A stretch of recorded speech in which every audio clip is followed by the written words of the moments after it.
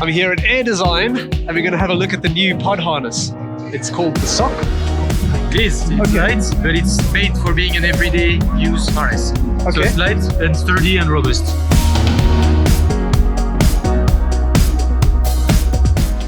No compromise on the materials. Super strong lycra, for instance. That can work every day on every site, even rocky or bumpy. Looks super beautiful, robust. really nice, and it's got a bit of stretch. It's enough stretch for sitting people on this one, which is the M size, between 1.65 meter up to 180. So it's all white inside, and you see with all the mud we have, it's still clean because it's on the side. We have a Z on the line for stability. Perfect. And for helping holding better the foot plate and the legs. It's a specific construction. You have it's not a hammock, it's not a seat plate harness. No seat board, but still not a hammock harness. You still feel in contact with the whole harness, and you can still fly seated. If you have a tough top landing conditions, for instance, you can remove your legs from the pod, and you're still in control because you have a very stiff back and stiff flanges, which really helps you holding the harness against your body and together with the glider. So that's what gives the agility or the drive to the glider.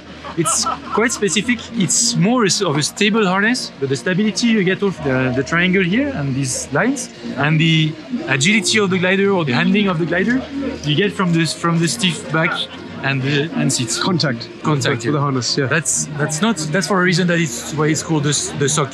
It fits like a sock, and that was the origin of the name. You need to feel in contact with everywhere on your body. Also, if you get collapses or if you're doing an SIV, you will notice that you really keep the contact on your back and you don't let the glider do whatever it wants. The harness will help you do that. It's a light harness, but it has a structure. You don't have to use your back and your muscles to be the structure of the harness. The big benefit of that is that you can fly 6-8 hours without being tired like on a normal super light harness. What is the total weight? So this one, the M size is 2.7. We have three sizes: S from 1.5 meter high, which is 2.6 kilo, up to L size, up to 2 meter high pilot, and it's 2.9 kilo on the L size. So we're really in between the semi-light and the super light. And then the idea was that, for instance, you want to fly BV, it will happen once or twice in the year for you. This is your cross-country harness. You can very well use it for BV. It's light enough and compact enough when folded. So that's the pocket at the bottom, front pocket, and behind is the inflatable protector, which is not inflated now. So for BIF, it's possible you can remove it. Remove this, or you can leave it, which I've sometimes done. You put your sleeping bag into it, and you fill up the rest of the volume with some air. So it has a big opening to put something in, or you're putting underneath. You're putting it underneath, or you put the sleeping bag here, and then fill the airbag up. If you want to save another 200 grams when carrying it, then you remove the protector also. For sure. So that's one of the pockets. How far does this protector go? So the protector goes up to the middle of the back. So really up to here. To here. Really good. It's certified up to it's certified at 35G, which is quite good for a light harness actually. The limit of the norm is 50 Gs. Cool. So you also get an extra pocket for instance for your camera bag that you can also have hold here. That's the pipe for filling up the protector, which you can decide to leave here inside. You have a small slot here, so it can come out on the side, connected to your carabiner here. So if you sit and you notice that you forgot to inflate it before takeoff, you grab your risers. Oh, it's here. So you don't have to remove everything. Also, one thing I think to remember with these inflated back protections, if you're launching at really high altitude, when you come down to the valley, your inflator will be deflated. Absolutely. So it's good to have this separate where you can actually blow it up in the air to increase the amount of air in that protector. Take off from 4,000 meters and you know that you will land by the sea or sea level, then it's better to be able to blow it a little bit before landing. For all those flights where I hike up to 4,000 meters and fly down, every weekend. And enough space for a lot of space. So that's the pocket at the bottom. If we go around the other pockets, so that was one. There's the big pipe pocket. You have one here for your battery packs or snacks or whatever. Yeah. Connected when you use the this. You have an extra Velcro here if you want to put your radio and don't want to your walkie-talkie and you don't want to use this one. It's delivered with a hook knife, which is not on this demo because we want to keep it and we don't want it to go. But yeah, it's delivered from serial with a hook knife here. Okay. Yeah. More pockets. So each on each side you have a quite deep pocket with a zipper here. Let's see. I can put my here. They all have a little tab. Here. So the same on the left side, and on the right side, there's my preferred pockets. Yeah. The very deep. Yeah. So here you can put your gloves, your sandwich, your GoPro stick. Super easy to access. You don't have to look for the zipper when you need it. Yeah. And very convenient one. This one. And this little the air inlet for the fairing. Now I show you the pocket that you can't see anymore, but there's also one here. I can't get to it. No, you can't get to. So this is where you put your secret snacks when you're really starving. I can't get my special snacks in the secret pocket. Okay, so this is for like the glider bag. Yeah, that's what I use it for. Yeah, for your concertina bag, you pack it away and you put it in the so nose. You can prepare everything else from your glider and put it in the bag. Leave the glider in the concertina bag. Yeah. Out of the UVs, for instance. And then last minute, when you're ready, you put it there. Yeah. Other additional benefits, it puts some weight in the front here. Yeah. So if you have difficulties getting into your pod usually, then it's making it even easier because of the weight dragging the front of the pod down and not into the wind back behind you. Yeah. So that's the back pocket, so plenty of room for your BVs. There's enough space for all my beers here. Yeah, you can fit it into it yourself. And the tent. Hello! It's got a front rescue container, which is not installed here. Handle made to be ergonomic for grabbing on right hand side. Yeah. Because the risers, there's a sleeve here missing on this demo, but the risers are coming all around and it's connected. There's a little cover. Yeah, there's a cover that just covers that. So it's a zipper going all the way around here. Yeah. And connected to the shoulders. Yeah, super. So it was on our specification. I wanted the front container. For me, it's better for safety. If you forgot to check your needles before getting off, and you can also grab it left hand if you have really the right hand stuck. Yeah, I think it's time for me to get in. Looks like it has been tested by someone pretty short before you. It's okay. So this is left to left. Red to red on the left side. Vielen Dank, dass ihr heute alle da wart. That's your buckle. Da seid. Who needs Macht more? euch noch ein Landebier, genießt noch den Abend. Wir freuen uns. We wanted it super simple here too. It has to be some harness where you don't ask yourself too many questions. You've never been sitting into it before. Yeah. And it should be easy. So you can close the bottom of the here. We've not prepared it. Okay, so that's third point. And fourth point, you go straight to this one, which is your safety device actually. So you can't close the pod without having closed the chest strap first. Yeah. Because there's a trick actually. Now we have the expert. We are both the experts and the designers. So what you need to do is you pull it a little bit and you twist it like this, 180 degrees. Okay. Along the line with this. And then you pull through and you don't spin it before you're at the end.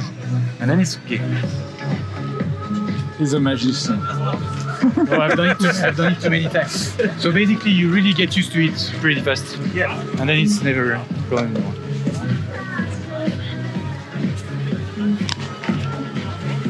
Feels quite durable, the fabric. It is, yeah. Minus 200 hours, you wouldn't notice the difference with this one. And what's your AirDesign? Hello? Yes. You can try the Speedbar and tell me what you think. Yeah. But what I'm interested in is how does it change the comfort? It's very stiff, very hard to push. Now you're pulling your whole body weight. Yeah. And I'm doing it with 1 foot, and I feel no tension around my back. it's exactly the same, flying here, flying there. So that's what we were looking for. This is again like top marks for Speedbar transfer. Now that you fly your two liners like 80% of the time, I still Speedbar, feel complete contact and still have the same command in the harness. It's really nice. Thank you. It's really good. One more thing I have to check. Can I adjustments in flight. Can I get my phone when I forget to get my phone in the air? And just checking the pod size here. So just looking at the cockpit size to give you guys an idea. This is the phone out. So it's a very small cockpit. You can fit a phone in there. It's a very, but if this is bending up here, so two options. You can put your walkie-talkie, as I said, here. Yeah. Or if you want it clean when you fly, you can also hide it here. Yeah. But what I mean is there's no way to extend. You can't extend off the end of this because there's an angle here. So for my phone, that's as far across as I can go. I have a little space for an instrument here, maybe. So we're finalizing a cockpit that will come as an accessory. For me, I would like a little bit more space for instruments here. Even light I can fly. I fly with a phone and my little Vario. And this exposure here is a bit too much for me. I would like to have maybe a little bit bigger area for my cockpit. There's a separate accessory cockpit coming soon. Okay. So there's going to be a Velcro plate that you can stick on top, which will allow you to have bigger instrument space. A Velcro plate with some storage inside. Yeah. Big enough so you can put a battery pack. Must say already, I can feel such good contact. There's a support all the way around my back, on my hips, and even the pod itself feels like this really good contact, like pushing out. Complete support right up to here. Yeah. This is probably the most support I've felt in a pod harness. I normally fly the lightweights, but I think this really nice feeling. It's really solid, like if you want a confidence in the air, and you're feeling in the lightweight harnesses, they may be a little bit loose, a little bit of loss of contact. Chewy, and, and this is stiff enough. Is stiff, definitely stiff around the sides, and I really like this upright position. It's more like the Super Strike Delights, this kind of more in command rather than being really flat and worried about tip and yaw. This is a nice flying position for command. It's good. Yeah, really good. Good job. I see that you know what you're talking about because it's on first field like this. Yeah, it's perfect. And you even can close the chest strap here, which actually is like X kind of chest strap, which is also giving even additional feel. If you give some tension to it, like you almost feel maximum. It's almost at max, yeah. But when you start to turn right or left side, you feel it's taking some of the tension and helping you bring the whole harness together with you on the side. Yeah, it's keeping the shoulder and it's keeping the shoulder to the corner, and it's not getting to your throat either. Yes, yeah. I'm not too sure that I need this support, but I definitely feel the geometry in the front of this harness is superb. It's really, I feel like I'm going to have very exact position. The yaw control and the roll especially, this is like, it feels like a seatboard harness. Yeah. Feels like the contact complete. I've had some pilots telling me they rediscovered their glider with that. This is top marks. Yeah. You don't have to twist your. You don't have to do anything special to get the handle to stand upright, and it's visible, and it's wire right there with a. I will test this, but this looks like a good pull without a resistance. Some other harnesses, I won't name them, have a bag where you pull and you have to pull this way to get the reserve out. Yeah. This looks like it's designed to open on the side. Yeah, totally. So you can throw. And you can use your normal rescue pod. You don't have a specific rescue pod for the time.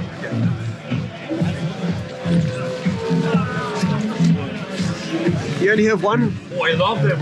You only have one. He only has one glide pocket. So for gliding, you have one cold hand, and one hand you can put in the secret gliding pocket. It would have been nice to have this other one, but maybe I'm the only pilot that glides like with my hands like this. Maybe you really need to cross your arms in front of you. Yeah, so yeah. it's even less drag. Yeah, you put it here like this, the coffin position. Yeah. Yeah, so this pocket is, you must be careful. You can only put in something has some bulk. Yeah, you have loops also. Yeah, but like the normal, like put a GoPro in here, it's very easy to.